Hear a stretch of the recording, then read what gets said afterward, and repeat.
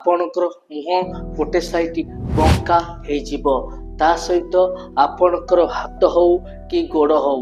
ନମସ୍କାର, ଆଜି ଆମେ ଜାଣିବା ବ୍ରେନ୍ ଷ୍ଟ୍ରୋକ୍ ଜାଣିବାର ସହଜ ଉପାୟ। ବ୍ରେନ୍ ଷ୍ଟ୍ରୋକ୍ ଏକ ଏମର୍ଜେନ୍ସି କଣ୍ଡିସନ୍। ଏ ଭିଡ଼ିଓକୁ ଆପଣ ଶେଷ ପର୍ଯ୍ୟନ୍ତ ଦେଖନ୍ତୁ। ବ୍ରେନ୍ ଷ୍ଟ୍ରୋକ୍ର ପ୍ରଥମ ସହଜ ଲକ୍ଷଣ ମୁଣ୍ଡ ଜୋର ବୁଲେଇବା, ମୁଣ୍ଡ ବହୁତ ଜୋର ବଥା ହେବା, ବିନ୍ଧିବା, ସିଭିୟର ହେଡେକ୍ ହେବା।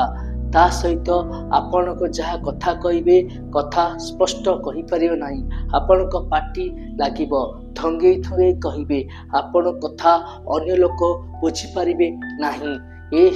ଆପଣ ଆଖିକି ଦିଟା ଦେଖାଯିବ, ଡବଲ ଭିଜନ ହବ, ଆପଣ ସବୁ ଦିଟା ଦେଖାଯିବ। ତା ସହିତ ଆପଣଙ୍କର ମୁହଁ ଗୋଟେ ସାଇଡ୍ ବଙ୍କା ହେଇଯିବ, ତା ସହିତ ଆପଣଙ୍କର ହାତ ହଉ କି ଗୋଡ଼ ହଉ ଯାହାକି ୱିକନେସ୍ ହବ, ଦୁର୍ବଳତା ଅନୁଭବ ହବ।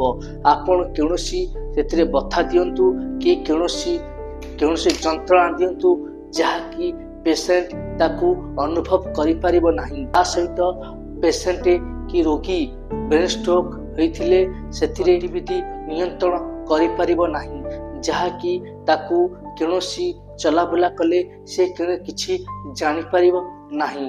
ଏସବୁ ବ୍ରେନ୍ ଷ୍ଟ୍ରୋକ୍ର ସହଜ ଉପାୟ, ସହଜ ଲକ୍ଷଣ।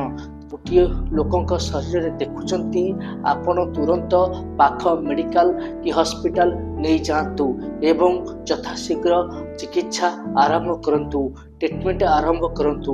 ତାହେଲେ ଆପଣଙ୍କର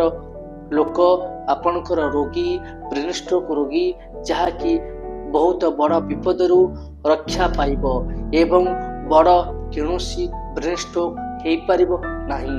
ରହୁଛି, ଜୟ ଜଗନ୍ନାଥ।